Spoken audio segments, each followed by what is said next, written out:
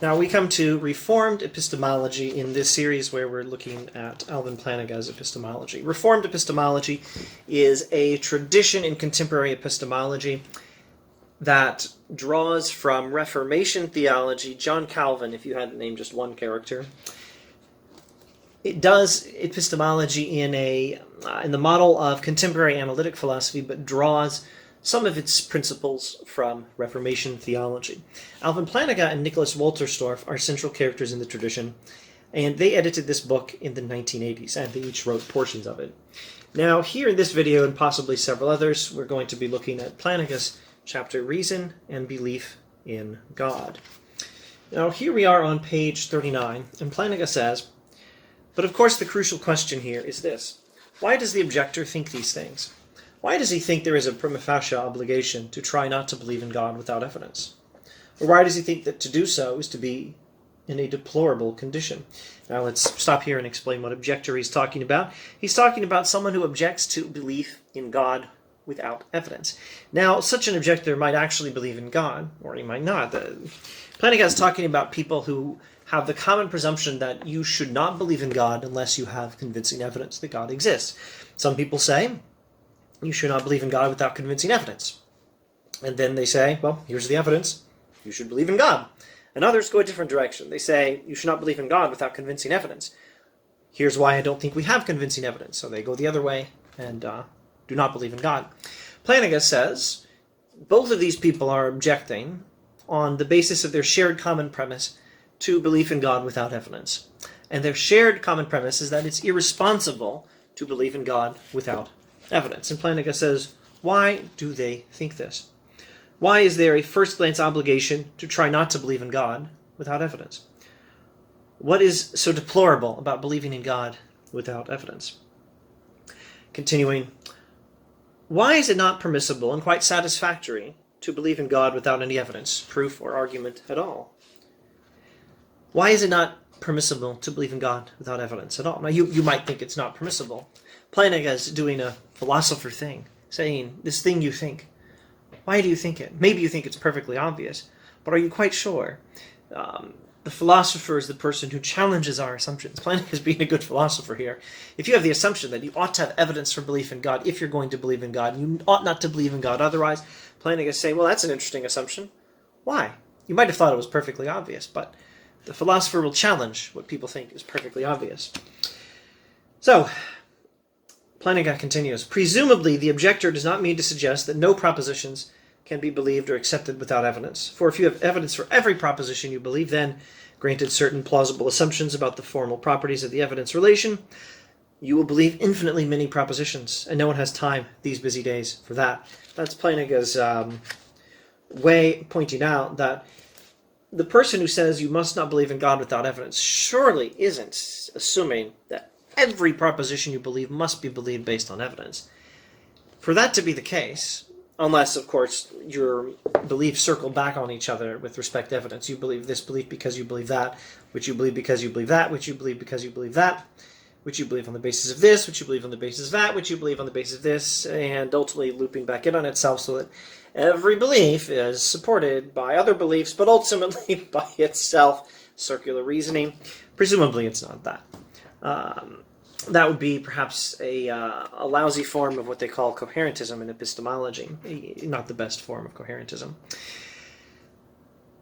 Plantinga is suggesting, well, there's that option, but then there's the option of saying that you believe one belief because you believe another, which you believe because you believe another, which you believe because you believe another, because of another, because of another, because of another, and every belief has another belief in its favor without looping back in on itself. In other words, that you have an infinite number of beliefs. Plantinga is saying, well, is that the alternative? Surely not. Surely you don't think, you, the objector, surely the person objecting to belief in God without evidence does not think that we can have an infinite number of beliefs and should. That doesn't seem right. Who has time to have an infinite number of beliefs? Who's even capable of having an infinite number of beliefs? I'm not. So presumably, Plantinga continues, some propositions can properly be believed and accepted without evidence. Well, why not belief in God? Why is it not entirely acceptable, desirable, right, proper, and rational to accept belief in God without any argument or evidence whatever? Now, Here, he's just asking the question. He'll get to more later. We'll get to more in other videos, I dare say. And you can find some on pre-existing videos on this channel. But let's make sure we understand the question. Plantinga is not challenging the idea that beliefs do very often need to be based on evidence. What he's doing is challenging the idea that belief in God must be based on evidence, because the way belief works is this, rational belief. The way proper belief works is this. Some beliefs must be based on evidence. But that has to start somewhere.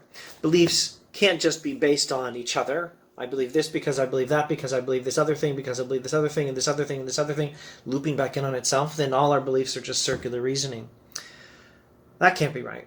And beliefs can't be based on one on another, and on another, and on another, and on another. And I believe one belief because I believe another belief, and it because I believe another belief, and so on into infinity, because who has time these days to believe an infinite number of beliefs? I personally don't. So belief must be based on beliefs that are based on evidence, must be based on evidence that starts somewhere. There must be beliefs we call basic beliefs, or more properly basic beliefs. Plantinga is touting a version of foundationalism here. Foundationalism is the view that there is a place where evidence begins. There are certain beliefs that are themselves the source of warrant or evidence or justification for other beliefs, and which themselves have some warrant or justification independently of other beliefs. They can serve as evidence for other beliefs because they have some warrant independently of other beliefs. And if you don't have some beliefs that are warranted independently of other beliefs, then where does evidence come from anyway? It can't be from an infinite number of beliefs. That's not even mentally possible. And, well, it can't just be circling back in on itself. Then all our allegedly rational beliefs would be circular reasoning. So there must be a starting point for knowledge. And so the starting point for knowledge, a properly basic belief, would be one which is warranted, or perhaps we should say justified, independently of other beliefs. Well, what are these beliefs that are properly basic in the structure of knowledge? The beliefs on which we base other beliefs. The traditional illustration, in keeping with the term foundationalism, would go along these lines. You have a basic belief. And on the basis of that belief, you believe something else. And on the basis of that, you might believe something else, and you might believe something else on the basis of that, and so on. But knowledge has a foundation. It starts somewhere. Exactly what are these foundational beliefs? What is the criterion for saying that a belief is properly warranted without evidence, such that it can be the foundation for other knowledge? There are various questions about foundationalism. Plantinga, though, is saying, well, there must be some kind of a foundation for knowledge. There must be such a thing as a belief which is warranted independently of other beliefs. And so not every belief has to be believed on the basis of evidence. So the objector thinks some things can be believed without evidence, presumably, for example, to name an extremely simple one, I exist. To name some other ones of the sort he will normally use, and we'll probably come to it eventually in this series, things he'll normally use in the Reformed epistemology stage, his writings in the 1980s in particular. My memory beliefs. I remember drinking some green tea earlier. I remember donating blood earlier today. I remember eating some peanuts earlier. I remember these things. Oh, I believe that 2 + 2 = 4. Do I need evidence for that, or am I not permitted to just know it by looking at the proposition and understanding that it is true? Truths of reason in mathematics, memory beliefs, perceptual beliefs. I believe there is a purple book in front of me. These are what Plantinga thinks are very properly basic beliefs. They are beliefs that can be believed without any convincing evidence from other beliefs. They have their own warrant independently of other beliefs. These are the basic beliefs. These are the sorts of beliefs that can stand at the foundation of knowledge. You can build other beliefs on top of them. Memory beliefs, perceptual beliefs, truths of reason, truths of mathematics, and, why not, belief in the existence of God. We've established some beliefs need evidence, some beliefs don't. So why is there this assumption? Again, Plantinga at this point is mainly just asking the question. Later he'll get on to his own answers. Although it's very important to understand the method by which he gets to his answers. More on that elsewhere in this channel, more on that in future videos, I believe. But the question is, if some beliefs need evidence, and by the very nature of rational belief, some beliefs do not need evidence, why is there this assumption that belief in the existence of God is of one sort rather than another? Why is there this assumption that belief in the existence of God must have evidence? Why is it not entirely acceptable, desirable, right, proper, and rational to accept belief in God without any argument or evidence, whatever? Maybe there's an answer, but Plantinga hasn't come across it, and he's going to present his alternative theory in due time, and we'll get to it in due time in later videos. Reading from Alvin Plantinga's Reason and Belief in God, his contribution to Faith and Rationality, edited by himself and Wolterstorff. On page 59, we find these words. Now suppose we return to the main question. Why should not belief in God be among the foundations of my noetic structure? The answer, on the part of the classical foundationalist, was that even if this belief is true, it does not have the characteristics a proposition must have to deserve a place in the foundations. There is no room in the foundations for a proposition that can be rationally accepted only on the basis of other propositions. The only properly basic propositions are those that are self-evident or incorrigible or evident to the senses. Since the proposition that God exists is none of the above, it is not properly basic for anyone. That is, no well-formed, rational noetic structure contains this proposition in its foundations. Thus, Plantinga will resume on page 60, I believe, after commenting on what he's talking about here. What is he talking about here? He's talking about the structure of knowledge, and in particular, the thesis that belief in God can properly be at the foundation of the structure of knowledge. So, to begin at the beginning and do it as briefly as I possibly can, knowledge has a structure. There's a certain arrangement to that which we know. And the arrangement usually involves a belief being based on other beliefs that provide logical, evidential support for it. We believe one thing because it's logically supported by other things we believe, which are themselves known, which are themselves warranted and rational. Well, what about them? Why do we believe them? Well, usually they're based on other beliefs, but this process does not go on into infinity, and it doesn't loop back in on itself. Then knowledge would be an exercise in circular reasoning. Instead, it starts somewhere. It has a foundation. Knowledge has a foundation in certain beliefs that are properly believed independently of evidence from other beliefs. And that's why beliefs can get evidence, because some beliefs are proper to believe independently of evidence. These are the foundational beliefs in the structure of knowledge. So let's define some terms. A basic belief can be defined this way. A belief is basic for me if I believe it independently of evidence supporting it from other beliefs. And a belief is properly basic if that's okay. A belief is properly basic if it's proper to believe it independently of support from other evidence. Independently of support from other beliefs serving as evidence for it. So Plantinga is interested in the thesis that belief in God can be a properly basic belief. At this point, he's not giving a positive argument for it. Instead, he's exposing a flaw in an objection to it. The flaw comes from an epistemological tradition he calls classical foundationalism. Classical foundationalism says, well, much of the stuff I've just said, that knowledge has a structure, that beliefs are based in, well, most of our beliefs are based on other beliefs, and that those beliefs are believed independently of other beliefs if they're properly basic beliefs, and that they are warranted in some way, not depending on evidence from other beliefs. So, classical foundationalism thus far agrees with Plantinga, but it goes further into what Plantinga does not agree with, and specifies that there's certain criteria, there's a certain criterion for a belief being a properly basic belief, and that criterion is it must be either self-evident or incorrigible or evident to the senses. Now, if it's self-evident, then you look at the belief and you just know it's true. 2 + 2 = 4. I look at that and I know it's true. That's a self-evident belief for me. Or the law of non-contradiction is self-evident. I look at this this delicious box of mango juice, and I perceive that there's this yellow thing in front of me. I perceive a yellow thing in front of me. This is a belief evident to my senses. Now, what about incorrigibility? Well, basically it means you can't correct it. I believe that I had some green tea a while ago out of this teacup, and you could plausibly do a forensic analysis of any used tea bags I might find in the trash can over there. Maybe take some samples from the teacup, and maybe you could find out there's been no green tea here today.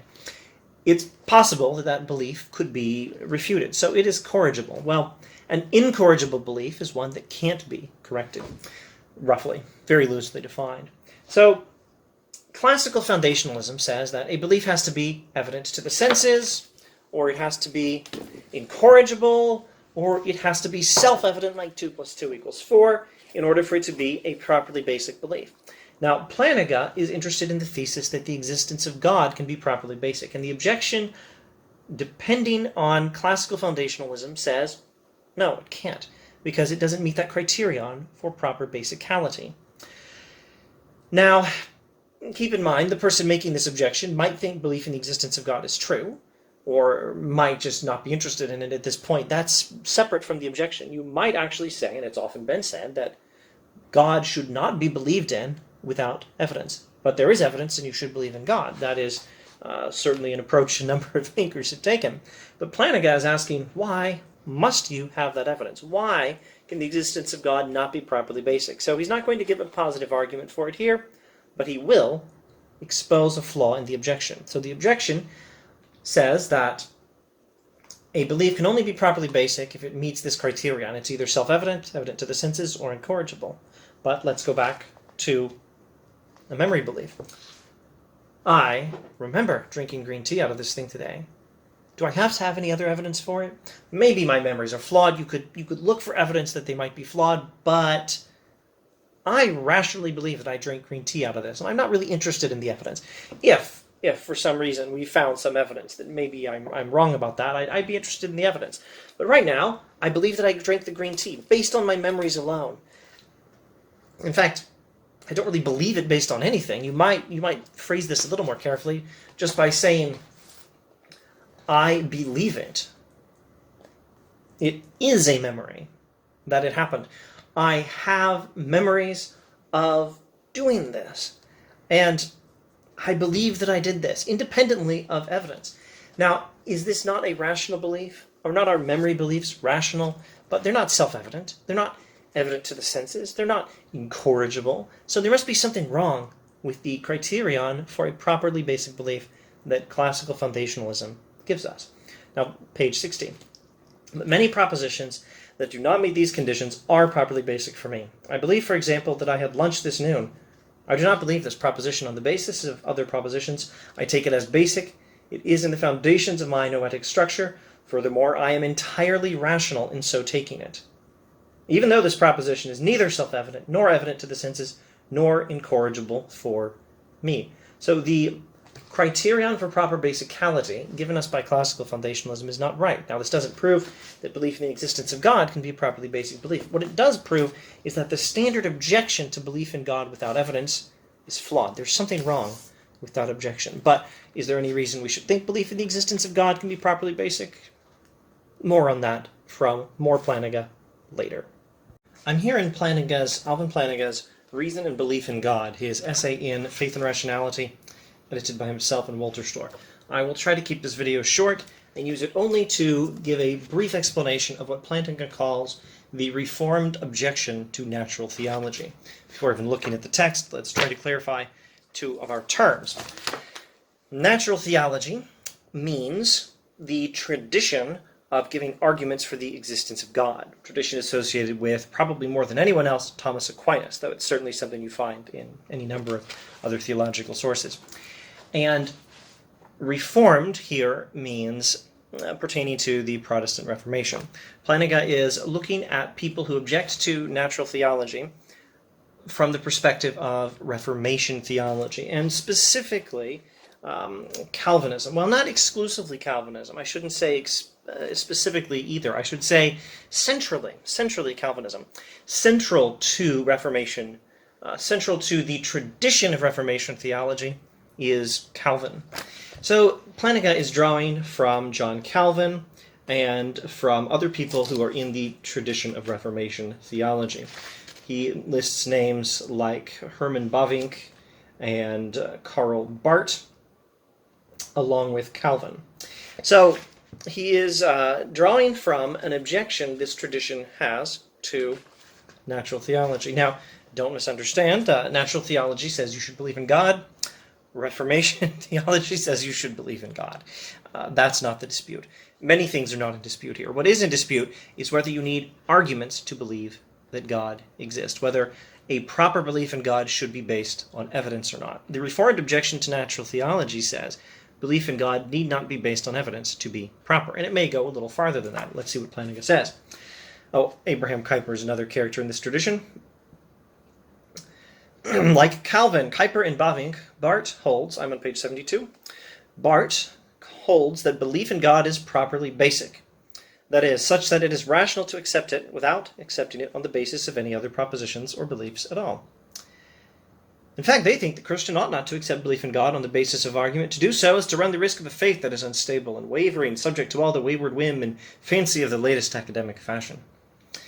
What the Reformers held was that a believer is entirely rational, entirely within his epistemic rights, in starting with belief in God, and accepting it as basic, and in taking it as the premise for argument to other conclusions, not abandoning reason by any stretch of the imagination, but using the existence of God as one of the premises reason works with. Logic requires premises. And why, Plantinga is saying, can't the existence of God itself be one of the premises? We are told that it should be believed only on the basis of evidence. Plantinga is saying why. He's giving objections, as I believe you'll find in a previous video, objections to the tradition of classical foundationalism, which states that nearly everything is only rational to believe if it's based on evidence. And only a very small number of things qualify for rationality if you believe them without evidence. And the existence of God is certainly not among them. Why? Because it doesn't meet the criterion for being a properly basic belief, a belief that can be properly rationally held, not on the basis of evidence. And what is that criterion? Well, Plantinga looks at the criterion, says the criterion is that a belief be self-evident, evident to the senses, or incorrigible, and that criterion is way too narrow. There are other objections. He will argue, for example, that classical foundationalism is not even entirely consistent with itself, because this criterion itself doesn't seem to be based on such beliefs, and moreover, it's not itself self-evident or incorrigible or evident to the senses. But also, the criterion's too narrow. Memory beliefs would not be rational basic beliefs, would not be properly basic beliefs on that criterion. And here, catching up and getting back to where we are in this video, here Plantinga is explaining how certain Reformation theologians, not all, but a strong contingent of theologians in the Reformation tradition have argued that belief in God can be quite rational. This is their objection to the project of natural theology, which tries to give you reasons to believe in God on the assumption that you need them. Reformation theology says you don't need them. Some versions might go as far as to say you shouldn't even base your belief on argument. Then it's unstable, wavering, subject to all the wayward whim and fancy of the latest academic fashion. So, let's continue from the text and understand this objection and what Plantinga makes of it a little better. In rejecting natural theology, therefore, these Reformed thinkers mean to say, first of all, that the propriety or rightness of belief in God in no way depends upon the success or availability of the sort of theistic arguments that form the natural theologians' trade in stock. I think this is their central claim here, their central insight. The central insight and the central claim Plantinga is interested in is this.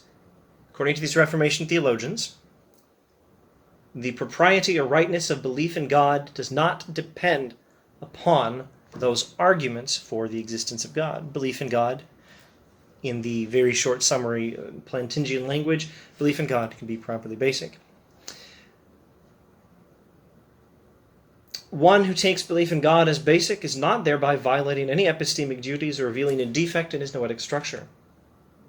Quite the reverse. Now, we need to say just a bit more about this. Let's go to page 73. Plantinga, commenting on Calvin, explains that John Calvin, says that a rational noetic structure may very well contain belief in God among its foundations. Belief in God can be a properly basic belief. You can believe in God rationally and properly without having evidence for it. Plantinga says, indeed, He, that is Calvin, means to go further and in two separate directions. In the first place, he thinks a Christian ought not believe in God on the basis of other propositions, etc., etc. And in the second place, Calvin claims that one who takes belief in God as basic can know that God exists. Not only can it be rational to believe in God without evidence, but you should believe in God not based on evidence. And you can also know that God exists. Now, this calls for all kinds of explanation. And, of course, Plantinga doesn't do it here. He will get to it. It's going to take a lot more time. In fact, he's not going to give the full explanation until the year 2000 in the book Warranted Christian Belief. Let's see. This book is from 1983. It took him 17 years to finish the project. But he can go far enough here to explain the objection, the Reformed objection to natural theology, and clarify the logic of where it fits into this philosophical discussion of epistemology. Need all beliefs be subjected to this criterion of proper basicality given us by the classical foundationalists? Plantinga says no, and he says this Reformation theology gives us a very interesting objection to the classical foundationalist epistemological tradition and to the natural theology tradition within Christian theology, which itself is informed by classical foundationalism, because it gives you arguments for the existence of God because it thinks that you need them in order to properly believe in God. Plantinga thinks this objection is interesting, and he's going to draw from it to consider the question whether belief in God might actually be properly basic. Now, two distinctions he makes that are very important on page 73.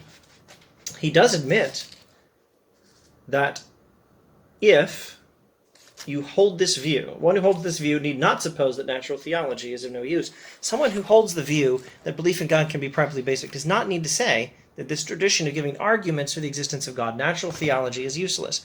You could say that it's useful just because if there are good arguments for if there are good arguments for the existence of God, knowing the fact that there are good arguments is worth knowing, inasmuch as any truth is worth knowing. Second, natural theology might be useful in helping someone move from unbelief to belief, not necessarily as a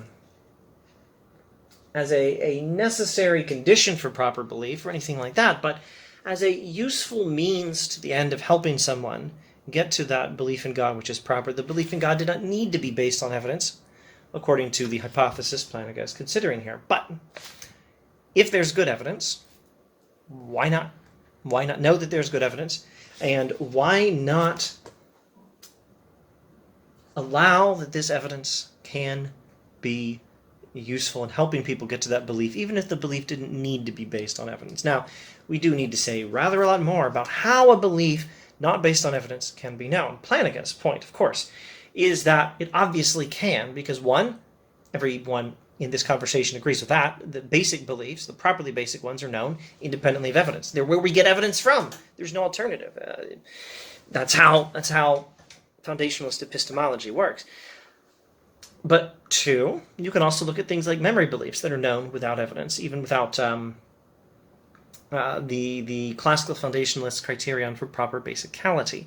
In other words, everyone in this conversation agrees that some things are known without evidence. The question is, which things? And Plantinga is exposing a traditional answer to the question, which things, as being the wrong answer, which opens up the possibility that maybe belief in God actually could be properly basic. Maybe it could be rational to believe in the existence of God without evidence. Maybe it could be known without evidence. But he's going to have to do a lot more.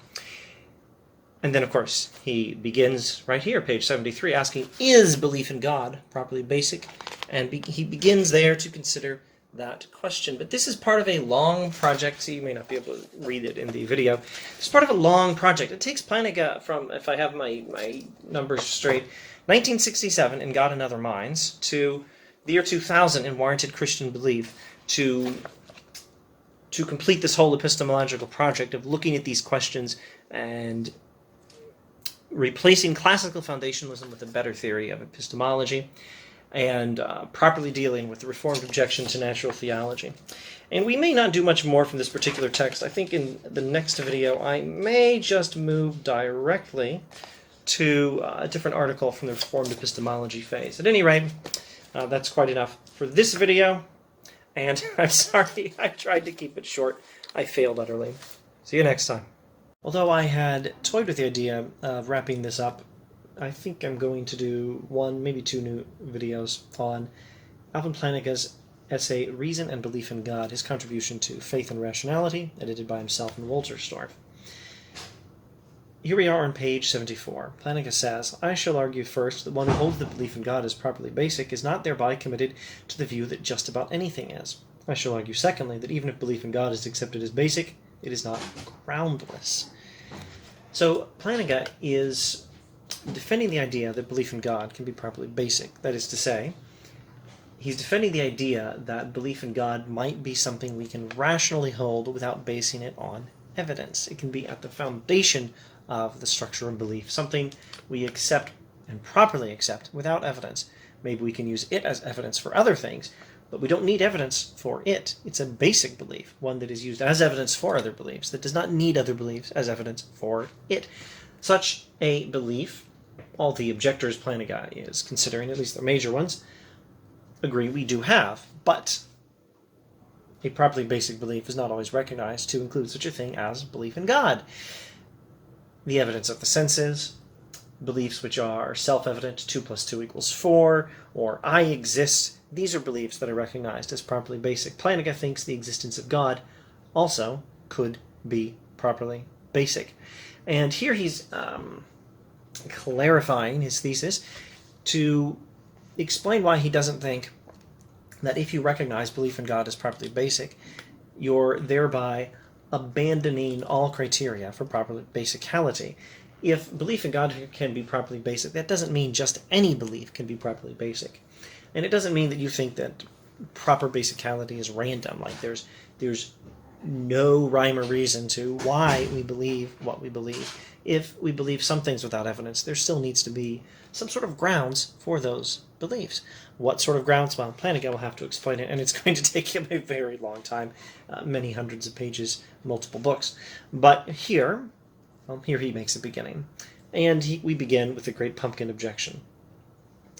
It is tempting to raise the following sort of question. If belief in God is properly basic, why cannot just any belief be properly basic? Could we not say the same for any bizarre aberration we can think of? What about voodoo or astrology? What about the belief that the great pumpkin returns every Halloween? This is Linus' belief from the Peanuts comic strip, from wonderful film productions such as It's the Great Pumpkin, Charlie Brown. What about the belief that the great pumpkin returns every Halloween? Could I properly take that as basic? Skipping just a bit, if we say that belief in God is properly basic, will we not be committed to holding that just anything or nearly anything can properly be taken as basic, thus throwing wide the gates to irrationalism and superstition? Well, so the objection goes. If belief in God can be recognized as properly basic, then it seems like we'd have to recognize anything as properly basic, and allow that Linus, who believes that the great pumpkin returns every Halloween to the most sincere pumpkin patch and delivers candy to any good children who happen to be there, Linus, who believes this without evidence, we'd have to recognize as rational, if we recognize belief in God as rational without evidence. Plantinga says, no, that's not true. That objection presupposes that in abandoning a criterion for proper basicality, you're abandoning every criterion. So, what Plantinga is objecting to is what is called classical foundationalism, which acknowledges that we do have properly basic beliefs and says that there's a criterion for proper basicality. In order to be properly basic, a belief must be self-evident or evident to the senses, or, as he describes it, incorrigible. Rewind and watch earlier videos if you want to review that material. So Plantinga says that's not the right criterion, and therefore I don't recognize the objection based on that criterion to belief in God as properly basic. And so the objection he toys with as a response to his own view is that, therefore, if you've abandoned our criterion for proper basicality and recognized belief in God as a properly basic belief, then you ought to be consistent, recognize belief in the great pumpkin and all manner of outlandish, wacky beliefs as properly basic. And Plantinga says, no, that objection would only work if, in recognizing belief in the existence of God as properly basic, we were abandoning the very idea of a criterion for proper basicality. Here's the deal. There must be a criterion for proper basicality. On the objection of the criterion fashionable among the classical foundationalists, some people have said that belief in God cannot be a properly basic belief. Plantinga has said that criterion is wrong, and therefore that objection to believing in God without evidence fails. But that does not mean that there's no such thing as a criterion for proper basicality. Let me try to rephrase this. This is a lot of philosophy words. Let me see if I can say it one more time in different words. We need evidence for most of our beliefs, but that evidence comes from some beliefs that do not rely on evidence. They serve as evidence for other beliefs, but not just any belief can be evidence for other beliefs and be rationally believed without evidence for it. Some beliefs can, other beliefs can't. So there's a criterion for what makes a belief properly basic in that way. What is the criterion? Plantinga says, I think belief in God could be one of those beliefs. And people who give a particular criterion for a belief being like that say otherwise, but their criterion happens to be mistaken. So it's pretty obvious at this point that for Plantinga to complete his defense of belief in God as properly basic, he's going to have to actually give a criterion. But, he says, I don't have to do that yet. I certainly don't have to do that to make the suggestion that belief in God can be properly basic, and I certainly don't have to do that to reject the criterion for proper basicality given by the classical foundationalists. He draws an analogy from a criterion for meaning. Let me lock. Yes, I have it right here.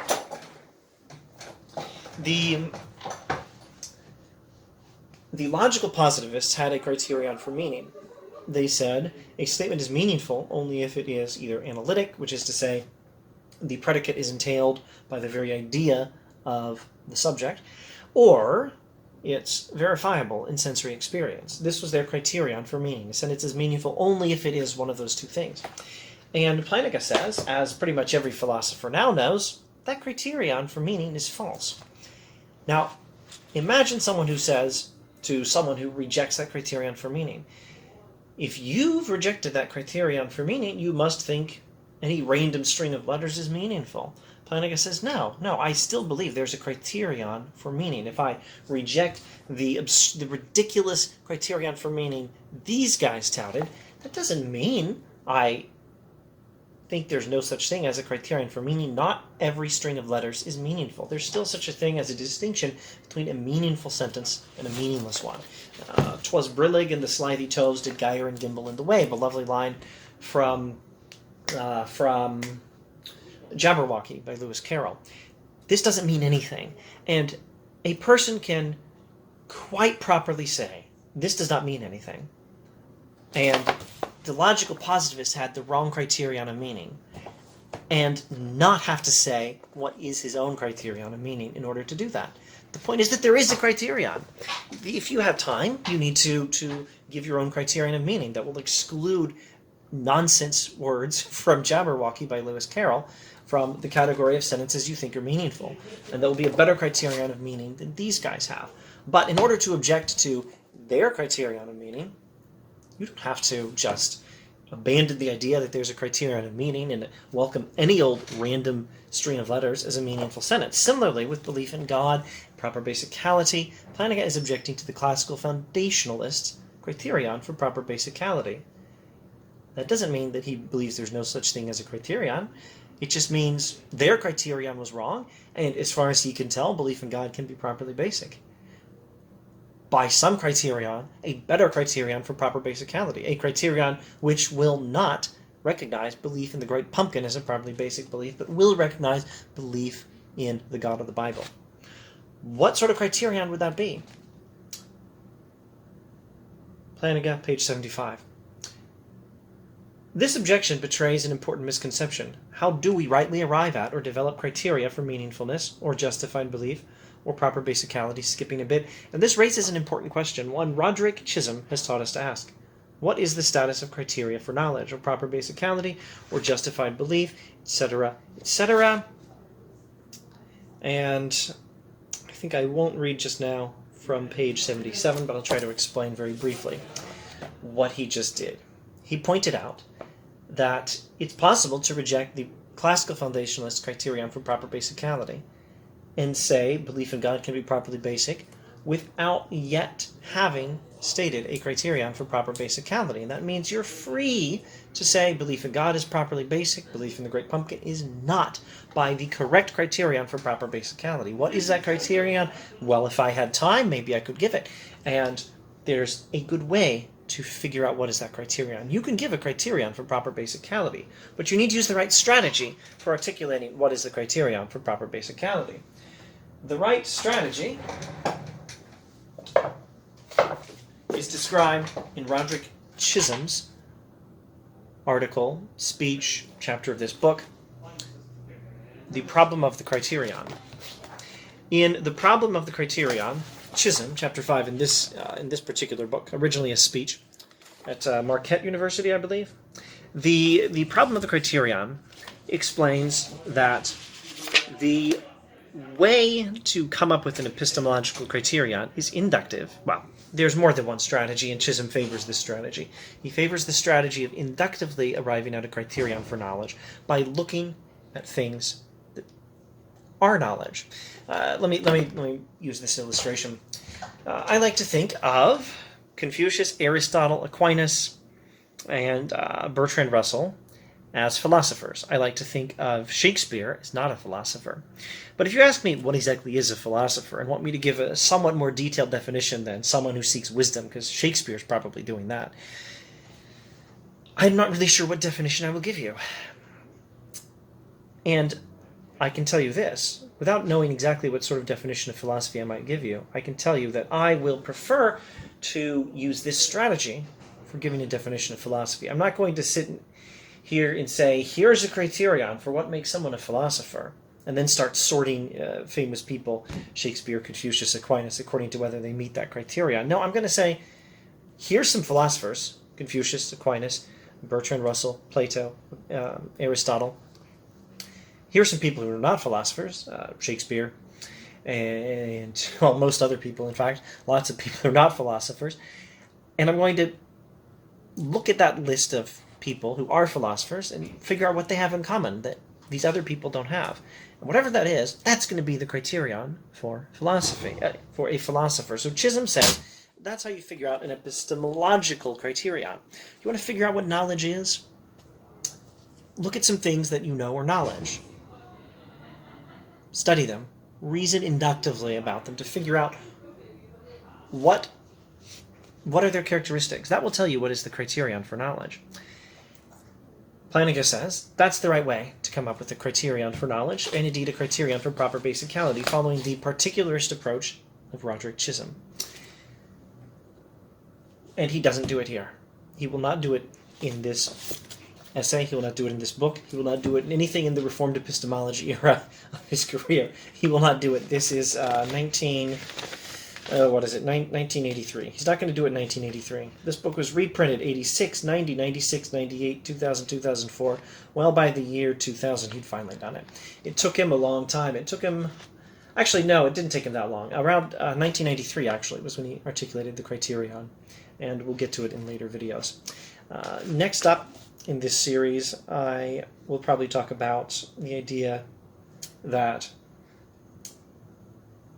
saying that belief in God is properly basic is not the same thing as saying it's groundless. All possible grounds for belief,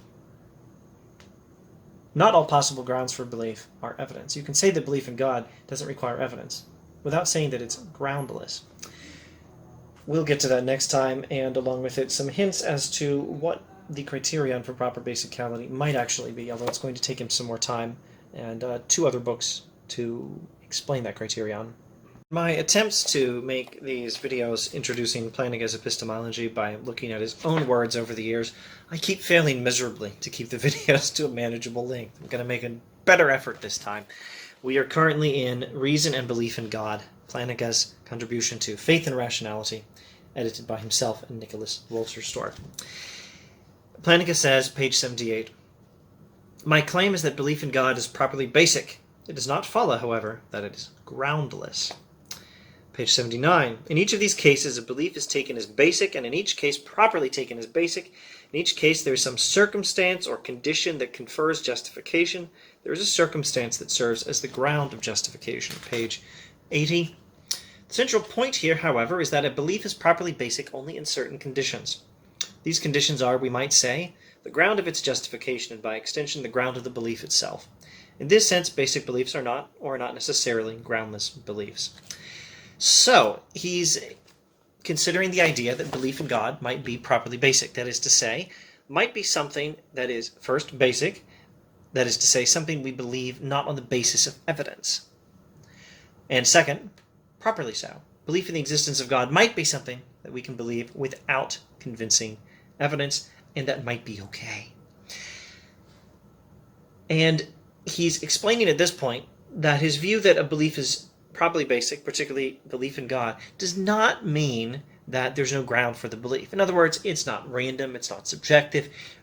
He's not giving us justification for saying that any particular random, goofy belief can be properly basic. A belief is properly basic only in certain conditions.